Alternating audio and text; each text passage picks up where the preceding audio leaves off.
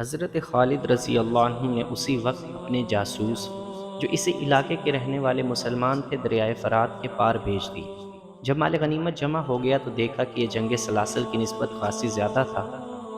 خالد رضی اللہ عنہ نے اس کے 5 حصے کیے، 4 اپنے سپاہ میں تقسیم کر کے 5واں حصہ مدینہ بھیج دیا۔ مورخ لکھتے ہیں کہ اس سے پہلے خالد رضی اللہ عنہ کو اتنا سنجیدہ اور اتنا متفکر کبھی نہیں دیکھا گیا تھا جتنا وہ اب تھے۔ مئی 633 عیسوی کے پہلے ہفتے، جو ماہ صفر 12 ہجری کا تیسرا ہفتہ تھا، زرتشت کے پجاریوں کے لیے دریائے فرات کا سرسبز و شاداب خطہ جہنم بن گیا تھا۔ کس قدر ناز تھا انہیں اپنی جنگی طاقت پر، اپنی شان و شوکت پر، اپنے گھوڑوں اور ہاتھیوں پر۔ وہ تو فرعونوں کے ہم پلہ ہونے کا دعویٰ کرنے لگے تھے، اور کسرا دہشت کی علامت بنتا جا رہا تھا۔ دجلہ اور فرات کے سنگم کے وسیع علاقے میں خالد رضی اللہ عنہ نے، جنہیں رسول کریم صلی اللہ علیہ وسلم نے اللہ کی تلوار کا خطاب دیا تھا، فارس کے زرتشتوں کو بہت بری شکستیں تھیں، اور ان کے ہرمز، کارن، انوشجان اور کباز جیسے سالاروں کو موت کے گھوٹ اتار دیا گیا تھا۔ لیکن کسرا اردشیر نے ابھی شکست تسلیم نہیں کی تھی۔ اس کے پاس ابھی بے پناہ فوج تھی، اور مدینہ کے مجاہدین کو وہ اب بھی بدو اور صحرائی لٹیرے کہتا تھا۔ اس نے شکست تسلیم تو نہیں کی تھی، لیکن شکست اور اپنے نامور سالاروں کہ مسلمانوں کے ہاتھ موت کا جو اسے صدمہ ہوا تھا، اسے وہ چھپا نہیں سکتا تھا۔ ہرمز کی موت کی اطلاع پر وہ اپنے دل پر ہاتھ رکھ کر دوہرا ہو گیا تھا۔ اس نے سنبھلنے کی بہت کوشش کی تھی، لیکن ایسے مرض کا آغاز ہو چکا تھا جس نے اسے بستر پر گرا دیا تھا۔ مورخوں نے اس مرض کو صدمے کا اثر لکھا ہے۔ کیا میرے لیے شکست اور پسپائی کے سوا اب کوئی خبر نہیں رہ گئی؟ اس نے بستر پر اٹھ کر بیٹھتے ہوئے گرج کر کہا، کیا مدینے کے مسلمان جنات ہیں؟ کیا وہ کسی کو نظر نہیں آتے اور وار کر جاتے ہیں؟ طبیب اردشیر کی منظور نظر 2 جوان سال بیویاں اور اس کا وزیر حیران و پریشان کھڑے اس قاصد کو گھور رہے تھے، جو ایرانیوں کی فوج کی ایک اور شکست اور پسپائی کی خبر لایا تھا۔ اس کے آنے کی جب اطلاع اندر آئی تو طبیب نے باہر جا کر قاصد سے پوچھا کہ وہ کیا خبر لایا ہے۔ قاصد نے خبر سنائی تو طبیب نے اسے کہا تھا کہ وہ کسریٰ کو ابھی ایسی بری خبر نہ سنائے، کیونکہ اس کی طبیعت اس کی متحمل نہیں ہو سکے گی۔ لیکن یہ قاصد کوئی معمولی سپاہی نہیں تھا۔ وہ طبیب کا کہاں مان جاتا۔ وہ پرانا کماندار تھا۔ اس کا عہدہ سالاری سے 2 ہی درجے کم تھا۔ اسے کسی سالار نے نہیں بھیجا تھا، اسے بھیجنے کے لیے کوئی سالار زندہ نہیں بچا تھا۔ طبیب کے روکنے پر وہ نہ رکا۔ اس نے کہا کہ اسے کسریٰ کی صحت کا نہیں، فارس کی شہنشاہی اور زرتشت کی عظمت کا غم ہے۔ اگر شہنشاہ اردشیر کو اس نے دجلہ اور فرات کی جنگی کیفیت کی پوری اطلاع نہ دی تو مسلمان مدائن کے دروازے پر آ دھمکیں گے۔ اس نے طبیب کی اور کوئی بات نہ سنی، اندر چلا گیا اور اردشیر کو بتایا کہ مسلمانوں نے فارس کی فوج کو بہت بری شکست دی ہے۔ اردشیر لیٹا ہوا تھا، اٹھ بیٹھا۔ غصے سے اس کے ہونٹ اور اس کے ہاتھ کانپ رہے تھے۔ شہنشاہ فارس، کماندار نے کہا، مدینہ والے جنات نہیں، وہ سب کو نظر آتے ہیں، لیکن کیا کارن مر گیا تھا؟ اردشیر نے غصے سے پوچھا۔ ہاں شہنشاہ، کماندار نے جواب دیا، وہ ذاتی مقابلہ میں مارا گیا تھا۔ اس نے دونوں فوجوں کی لڑائی تو دیکھی ہی نہیں۔ مجھے اطلاع دی گئی تھی کہ کباز اور انوشجان بھی اس کے ساتھ تھے، وہ بھی کارن کے انجام کو پہنچ گئے تھے۔ کماندار نے کہا، وہ کارن کے قتل کا انتقام لینا چاہتے تھے۔ دونوں نے اکٹھے آگے بڑھ کر مدینہ کے سالاروں کو للکارا اور دونوں مارے گئے۔ شہنشاہ فارس، یا فارس کی عظیم شہنشاہی کو اس انجام تک پہنچنا ہے؟ نہیں نہیں، گستاخی کی معافی چاہتا ہوں۔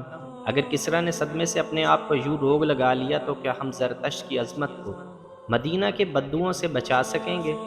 تم کون ہو؟ اردشیر نے پوچھا۔ میں کماندار ہوں، کماندار نے جواب دیا۔ میں کسی کا بھیجا ہوا قاصد نہیں، میں زرتشت کا جانثار ہوں۔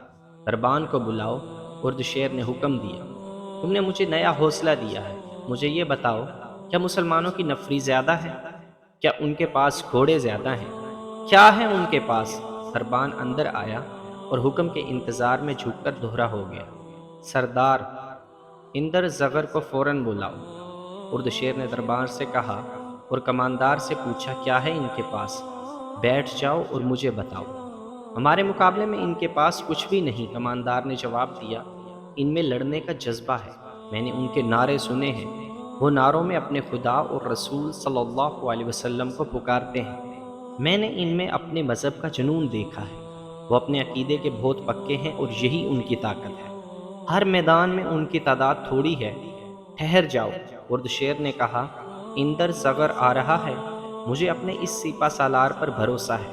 اسے بتاؤ کہ ہماری فوج میں کیا کمزوری ہے کہ اتنی زیادہ تعداد میں ہوتے ہوئے بھاگ آتی ہے۔ اندر زغر، ارد شیر بستر پر نیم دراز تھا، اپنے ایک اور نامور سالار سے کہنے لگا، کیا تم نے سنا نہیں کہ کارن بھی مارا گیا ہے، کباز بھی مارا گیا اور انوشجان بھی مارا گیا؟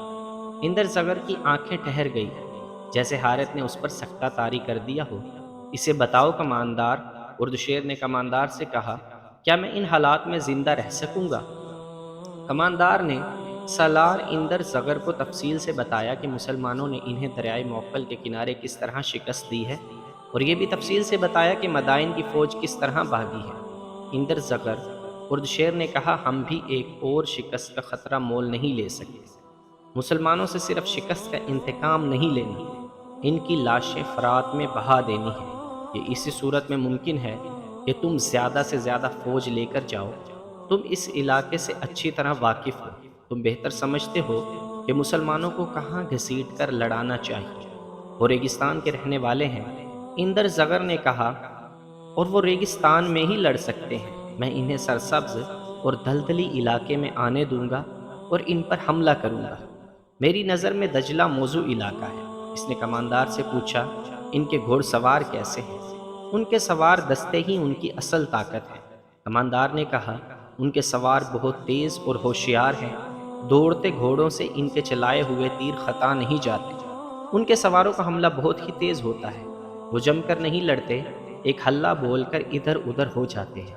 یہی وہ راز ہے جو ہمارے سالار نہیں سمجھ سکتے۔ اندر زغر نے اپنی ران پر ہاتھ مار کر کہا، مسلمان آمنے سامنے کی جنگ لڑ ہی نہیں سکتے، ہم ان سے کئی گنا زیادہ فوج لے جائیں گے۔ میں انہیں اپنی فوج کے نیم دائرے میں لے کر مجبور کر دوں گا کہ وہ اپنی جان بچانے کے لیے آمنے سامنے کی لڑائی لڑیں۔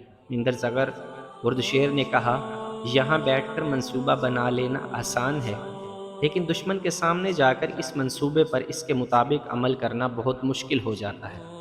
اس کماندار نے ایک بات بتائی ہے، اس پر غور کرو۔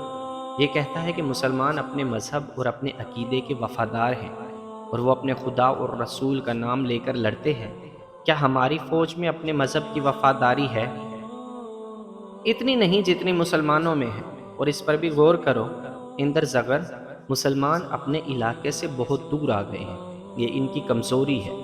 یہاں کے لوگ ان کے خلاف ہوں گے۔ نہیں شہنشاہ، کماندار نے کہا، فارس کے جن علاقوں پر مسلمانوں نے قبضہ کر لیا ہے وہاں کے لوگ ان کے ساتھ ہو گئے ہیں۔ ان کا سلوک ایسا ہے کہ لوگ انہیں پسند کرنے لگتے ہیں۔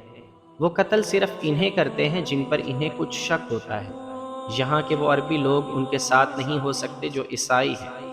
اندر زغر نے کہا، میرے دل میں ان لوگوں کی جو محبت ہے اسے وہ اچھی طرح جانتے ہیں۔ میں انہیں اپنی فوج میں شامل کروں گا۔ ہم یہاں کے مسلمانوں پر بھروسہ نہیں کر سکتے، یہ ہمیشہ باغی رہے ہیں۔ ان پر ہمیں کڑی نظر رکھنی پڑے گی۔ ان کی وفاداریاں مدینے والوں کے ساتھ ہیں۔ ان مسلمانوں کے ساتھ پہلے سے زیادہ برا سلوک کرو۔ اردشیر نے کہا، انہیں اٹھنے کے قابل نہ چھوڑو، ہم نے انہیں مویشیوں کا درجہ دے رکھا ہے۔ اندر زغر نے کہا، انہیں بھوکا رکھا ہے۔ ان کے کھیتوں سے ہم فصل اٹھا کر لے آتے ہیں اور انہیں صرف اتنا دیتے ہیں جس پر وہ زندہ رہ سکتے ہیں، لیکن وہ اسلام کا نام لینے سے باز نہیں آتے۔ بھوکے مر جانا پسند کرتے ہیں لیکن اپنا مذہب نہیں چھوڑتے۔ یہی ان کی قوت ہے۔ کماندار نے کہا، ورنہ ایک آدمی 10 کا مقابلہ نہیں کر سکتا۔ کپڑوں میں ملبوس آدمی زرپوش کا مقابلہ نہیں کر سکتا۔ مسلمانوں نے یہ کر کے دکھایا ہے۔ میں اس قوت کو کچل ڈالوں گا۔ اردشیر نے بلند آواز سے کہا، اندر زغر، اب بھی ان مسلمانوں کو نہ چھیڑنا جو ہماری رعایا میں ہے۔ انہیں دھوکہ دو کہ ہم انہیں چاہتے ہیں۔ پہلے ان کا صفایا کرو جنہوں نے ہماری شہنشاہی میں قدم رکھنے کی جرت کی ہے، اس کے بعد ہم ان کا صفایا کریں گے جو ہمارے سائے میں ساموں کی طرح پل رہے ہیں۔ اسی روز اردشیر نے اپنے وزیر اندر زغر اور اس کے ماتحت سالاروں کو بلایا اور انہیں کہا کہ ہونا یہ چاہیے تھا کہ ہم مدینہ پر حملہ کرتے اور اسلام کا وہیں خاتمہ کر دیتے، لیکن حملہ انہوں نے کر دیا۔ اور ہماری فوج ان کے آگے بھاگی بھاگی پھر رہی ہے۔ صرف 2 مارکوں میں ہمارے 4 سالار مارے گئے ہیں۔ اردشیر نے کہا، ان چاروں کو میں اپنی جنگی طاقت کے ستون سمجھتا تھا، لیکن ان کے مر جانے سے کسریٰ کی طاقت نہیں مر گئی۔ سب کان کھول کر سن لو، جو سالار یا نائب سالار شکست کھا کر واپس آئے گا، اسے میں جلاد کے حوالے کر دوں گا۔ اس کے لیے یہی بہتر ہوگا کہ وہ اپنے آپ کو خود ہی ختم کر لے یا کسی اور طرف نکل جائے، فارس کی سرحد میں قدم نہ رکھے۔ اندر زغر، تم مدائن اور ارد گرد سے جس قدر فوج لے جانا چاہتے ہو لے جاؤ۔ سالار بہمن کو میں نے پیغام بھیج دیا ہے کہ وہ اپنی تمام تر فوج کے ساتھ فرات کے کنارے دجلہ کے مقام پر پہنچ جائے۔ تم اس سے جلدی دجلہ پہنچ جاؤ گے، وہاں خیمہ زن ہو کر بہمن کا انتظار کرنا۔ جو ہی وہ آ جائے، دونوں مل کر مسلمانوں کو گھیرے میں لینے کی کوشش کرنا۔ ان کا کوئی آدمی اور کوئی ایک جانور بھی زندہ نہ رہے۔ ان کی تعداد تمہارے مقابلے میں کچھ بھی نہیں۔ میں کوئی مسلمان قیدی نہیں دیکھنا چاہتا، میں ان کی لاشیں دیکھنا چاہتا ہوں۔ میں دیکھنے آؤں گا کہ ان کے گھوڑوں اور اونٹوں کے مردار ان کی لاشوں کے درمیان پڑے ہیں۔ تمہیں زرتشت کے نام پر حلف اٹھانا ہوگا کہ فتح حاصل کرو گے یا موت۔ اندر زغر دونوں فوجوں کا سپہ سالار ہوگا۔ اندر زغر تمہارے ذہن میں کوئی شک یا وسوسہ نہیں ہونا چاہیے۔ یہ بھی سوچ لو کہ مسلمان اور آگے بڑھ آئے ہیں، اور ہمیں ایک اور شکست ہوئی تو رومی بھی ہم پر چڑھ دوڑیں گے۔ شہنشاہ فارس اب شکست کی آواز نہیں سنیں گے۔ سالار اندر زغر نے کہا، مجھے اجازت دے کہ میں عیسائیوں کو اپنے ساتھ لے لوں، اور اس سے میری فوج میں بے شمار اضافہ ہو سکتا ہے۔ تم جو بہتر سمجھتے ہو وہ کرو۔ اردشیر نے کہا، لیکن میں وقت ضائع کرنے کی اجازت نہیں دوں گا۔ اگر عیسائی تمہارے ساتھ وفا کرتے ہیں تو انہیں ساتھ لے لو، اور